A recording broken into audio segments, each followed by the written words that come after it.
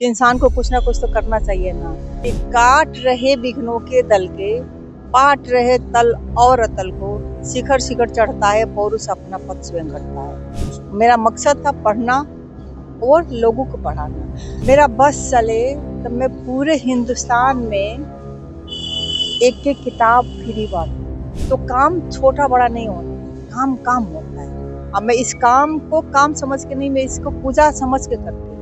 और जो नहीं पढ़ने वाले हैं तो किताब से भी नहीं पढ़ते, गूगल से भी नहीं पढ़ते हैं, बस टाइम पास करते हैं, रील चलाते हैं। कहते हैं ना कि हार नहीं मानोगे, रार नहीं ठानोगे। नमस्कार, आप स्वराज पोस्ट देख रहे हैं और मैं हूं आपके साथ अभिनव कुमार। आपको बता दें कि हमारी मौजूदगी राजधानी दिल्ली में है और आपको पता है कि हम आपको हर दिन राजनीतिक खबरों से रूबरू कराते हैं। लेकिन आज आपको लग रहा होगा कि हम सड़कों के किनारे एक किताब के स्टॉल पे हम क्या कर रहे हैं, तो आपको हम पहले एक छोटा सा परिचय दे देते हैं। ये हम जिस जगह पे बैठे हैं ये मंडी हाउस का एरिया है, जहाँ पे आपको श्री राम सेंटर के जो सामने का ये एरिया है। और वहाँ पे एक बिहार से संघर्ष करती हुई एक महिला जो दिल्ली तक का सफर करती हैं और दिल्ली में यही श्री राम सेंटर के सामने अपने किताब का स्टॉल लगाती है।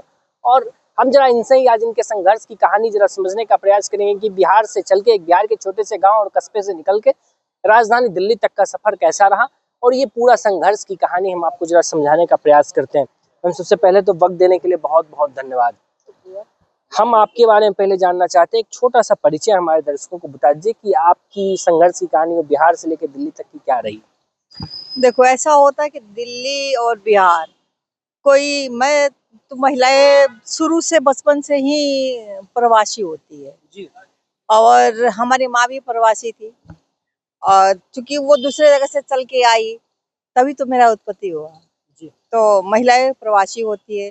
तो मैं बिहार में जिला सिवान में मेरा जन्म हुआ और एक छोटा सा गांव है कि जिस गांव में मेरा जन्म हुआ वहाँ मैं 10वीं तक पढ़ाई की। उसके बाद मेरी शादी हो गई और शादी के बाद 2-3 साल के बाद मैं दिल्ली आई, अपने पति के साथ में आई। तो मैं दिल्ली आई थी पढ़ने लिखने के लिए कि मैं पढ़ाई भी करूँगी। और तो ये रहा, मैं उनके साथ आई और आने के बाद मैं कुछ कुछ काम करती रही। फिर मेरे 2 बच्चे हैं, तो उन लोगों के साथ रह कर के मैं खुद बच्चे को पढ़ाना, अपने पढ़ना, मतलब मेरी पढ़ाई छूटी नहीं, जारी ही रही।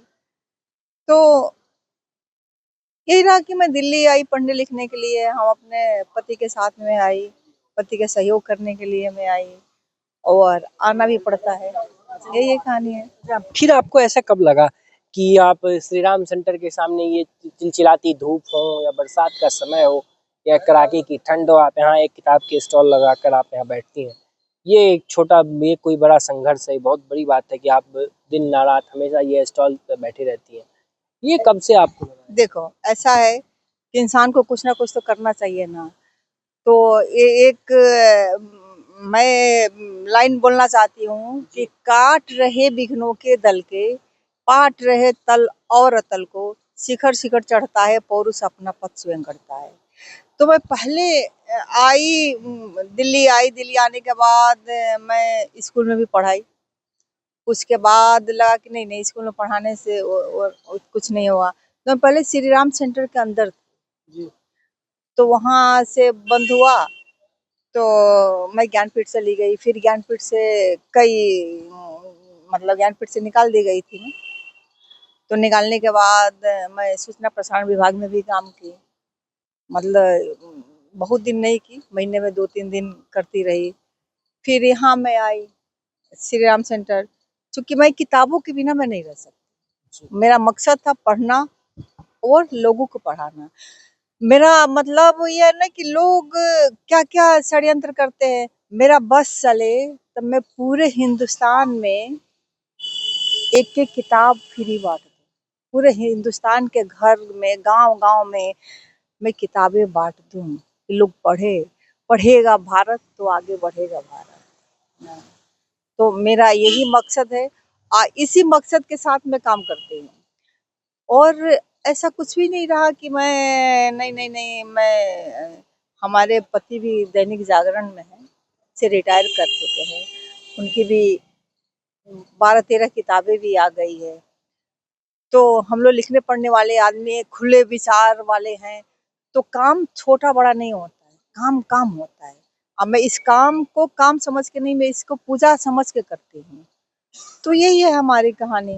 अच्छा, मैं आपने कहा कि हमारा अगर बस चले तो हम हिंदुस्तान के हर लोगों को एक एक किताब देना चाहते हैं, लेकिन सवाल तो है ये है, आज जो यंग जनरेशन है जिसको जेनजी कहा जाता है, इन लोगों को किताबों से इतनी मोहब्बत कहाँ रही। अब तो सोशल मीडिया पे ही सब कुछ, ये गूगल से पूछ लेते हैं, कर लेते हैं, पढ़ने से किताबों से अब तो दिलचस्पी रही नहीं, तो उनको क्या कहना? नहीं नहीं, वो 100 में बहुत कम बच्चे हैं कि जो गूगल से पढ़ते हैं। पढ़ने वाले आज भी किताब से पढ़ते हैं। ये रंगमंच है तो हिंदी के साहित्य बचा हुआ है, हिंदी के नाटक, किताबें, कविताएं रंगमंच के बदौलत बचा हुआ है। और मैं यहाँ बैठी भी हूँ तो रंगमंच के बदौलत ही बैठी हूँ। तो जो नहीं पढ़ने वाले हैं तो किताब से भी नहीं पढ़ते, गूगल से भी नहीं पढ़ते हैं, बस टाइम पास करते हैं, रील चलाते हैं। आजकल तो रील का भी फैशन हो गया है ना। तो नहीं, मैं यही चाहती थी कि हमारी नई पीढ़ी से किताबों से वाकिफ कराऊं, अपने पूर्वज से वाकिफ कराऊं। कोई विद्वान नहीं होता छोटा बच्चा, लेकिन लत पड़ता है। अगर लत लग गई तो छूटती नहीं है। तो वही लत लगाने के लिए मैं बैठी हूँ कि हमारे बच्चे आए, हिंदी साहित्य पढ़े और पढ़ते रहे, पढ़ करके अपना सोच तो बदले। शिक्षा ही समाज की ज्योति है ना। शिक्षा से ही लोग बदल सकता है, बाकी कुछ से नहीं बदलेगा। कहा भी जाता है, शिक्षा शेरनी का दूध है, जो पिएगा वो दहाड़ेगा। बिल्कुल बिल्कुल। और ये हम आपसे जरा ये भी समझने का प्रयास करेंगे कि आप जिस परिवेश से निकल के यहाँ तक आई हैं, बिहार में अमूमन कहा जाता है कि महिलाओं को उतनी आज़ादी नहीं दी जाती है, और आपको इतनी आज़ादी मिली कि आप आज श्री राम सेंटर के सामने और आपने कई ऐसे चीज़ों का जिक्र किया जहाँ आप कार्यरत थी, कार्य भी कर पाई हैं। तो वो दौर कैसा था? क्या परिवार का जितना सपोर्ट मिलना चाहिए था वो मिला? बिल्कुल मिलता है हमारे, मतलब हमारे घर में देखो, मेरा घर शहर और गांव दोनों मिला जुला हुआ था। तो हमारे घर में कोई, हालांकि हमारी बड़ी बहनें वगैरह घर से बाहर नहीं निकली थी, नहीं जाना, लेकिन हम लोग कोई, मैं पहले ही कहती थी कि हमें कोई रोकेगा नहीं। मैं क्या कर रही हूँ क्या नहीं कर रही हूँ, मैं जो कर रही हूँ वो अच्छा करूँगी, अच्छा ही रहूँगी। तो ऐसा कुछ नहीं है कि हमारे जाने आने से रोक टोक नहीं है। रोकोगे तो, रोकने से होता है ना कि अरे हम आगे जा रहे हैं तो रोक दिया गया, तो शंका हो कि वहाँ मत जाओ। तो नहीं, मैं पहले ही बोल चुकी थी कि इंसान पढ़ लिख लेगा तो कुछ अच्छा करेगा और करना भी चाहिए। तो मेरे घर में ऐसा कुछ नहीं रहा, यहाँ भी ऐसा कुछ भी नहीं है। मैं आज़ाद हूँ, मतलब ऐसी आज़ादी नहीं मिली है कि मैं कुछ भी कर सकूं, लेकिन मैं आज़ाद हूँ।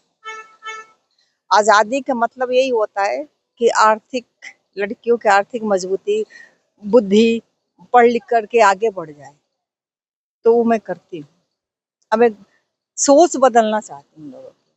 हमारे पास में लड़कियां आती है, बहुत बच्चे आते हैं, तो एक बार मिलने के बाद से वो बार बार मिलते हैं। यही मनोबल है कि मैं यहाँ बैठी, ये बच्चों का मनोबल। अब मैं नई पीढ़ी के किताबों से जोड़ना चाहती हूँ, तो वो मैं काम कर रही हूँ, जोड़ रही हूँ।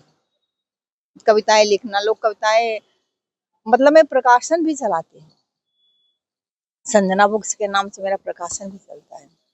तो कम से कम 100-150 किताबें मैं, कविताएं, नाटक छाप चुकी हूँ। मेरा नाटक और कविताएं ही मेरी ताकत है, बाकी तो हर चीज ताकत है। तो आपकी भी कोई किताबें आ चुकी है मार्केट में? मेरी भी आने वाली है, मेरी भी किताब आने। क्या शीर्षक रहेगा, कुछ अगर बता दें? शीर्षक तो मैं पहले सोची थी कि समुद्र और स्त्री मेरी कविता है, और एक है संस्मरण का किताब है, जो मंडी हाउस का संस्मरण है। वो पूरा मेरे ही वो बात होगी किताब के, मेरे साथ। हाँ, कि मेरे साथ किसका कौन कैसा व्यवहार रहा, वो सारी चीजें हैं उसमें। अरे हम थोड़ा सा, हम इस इंटरव्यू को ज़्यादा लंबा नहीं करना चाहेंगे। हम इसको, हम जानना चाहेंगे कि आपके परिवार की वो क्या पृष्ठभूमि रही है, आपके बच्चे क्या करते हैं अभी फिलहाल, वो लोग क्या कर रहे हैं, सारा परिवार सेटल है? हमारे सारे बच्चे मतलब रंगमंच के बच्चे भी सेटल ही हैं, और सेटल रहना ही चाहते हैं, क्योंकि वो इंसान जितना मेहनत करता उतना पाता है ना। तो आगे है, और बेटा डॉक्टर है, दामाद आईपीएस है, बेटी अपनी पढ़ाई की तैयारी कर रही है। बस तो वही ये लोग कभी मना नहीं करते हैं कि आप ये स्टॉल लगा के स्टॉल बंद करके आप लोग घर पे? नहीं नहीं नहीं नहीं, वो मना करेंगे भी नहीं, हमें मानूंगी भी नहीं। मैं जब तक जीऊंगी तब तक मेरे नहीं रहने के बाद भी संजना बुक्स रहेगा। और मेरे यहाँ से बहुत सारी किताबें, मतलब 250-300 में प्रकाशन भी चला रही हूँ संजना बुक्स के नाम से। तो बहुत सारी किताबें भी मैं छापी हूँ। जैसे ये इस लाइन के सारे नाटक मेरे प्रकाशन का है, वो कविताएं मेरे प्रकाशन के, ये किताबें मेरे प्रकाशन की हैं। तो ये मैं छाप रही हूँ किताबें। कुछ कहना चाहेंगे हमारे दर्शकों को, जो महिलाएं जो संघर्ष से जूझ रही हों या जो उस ग्रामीण परिवेश से निकल के शहर आना चाहते हैं और अपने पैर पे खड़ा होना चाहते हैं, आप उनके लिए एक वो हैं, आपको देख के कई लोग मोटिवेट होते हैं, तो आप उनको कुछ कहना चाहेंगे? बस ये कि हिम्मत नहीं हारना है, और कहते हैं ना कि हार नहीं मानोगे रार नहीं ठानोगे, तो हार भी नहीं मानना। एक सबसे विकास है कि कर्म ही प्रधान है, अपना कर्म करे। और पढ़ने का कोई उम्र नहीं होता, किसी भी उम्र में पढ़ना शुरू कर दे, कहीं से भी कुछ भी करे, काम करे, स्वावलंबी रहे, आसरा देने वाला बने, लेने वाले ना बने। जिसके अंदर ये आ जाएगा ना कि ये हाथ हम फैला के मांगेंगे नहीं, हम देने वाले बने, तो आत्म स्वाभिमान, आत्मरक्षा करे, सब हो जाता है। चलिए, वक्त देने के लिए बहुत बहुत धन्यवाद आपका। हम आपको एक संघर्ष की कहानी हम आपको दिखाना चाह रहे थे कि बिहार से दिल्ली तक का क्या सफ़र रहा और कितना घर परिवार का, जो लोग कहते हैं कि हमें घर परिवार का कभी समर्थन नहीं मिला, के लिए भी एक ये मोटिवेशन का काम हमारा ये स्टोरी छोटा सा प्रयास था। आप लोग क्या कुछ सोचते हैं इस पूरी बातचीत को लेके, क्या कुछ सोचते हैं और इनकी संघर्ष की कहानी आपको कैसी लग रही है? क्योंकि ये भी एक सामाजिक परिवेश की महिला है और वहाँ से चल के यहाँ तक आना ये लंबा कहानी है। आप लोग क्या कुछ सोचते हैं कमेंट में जरूर लिखिएगा। नमस्कार।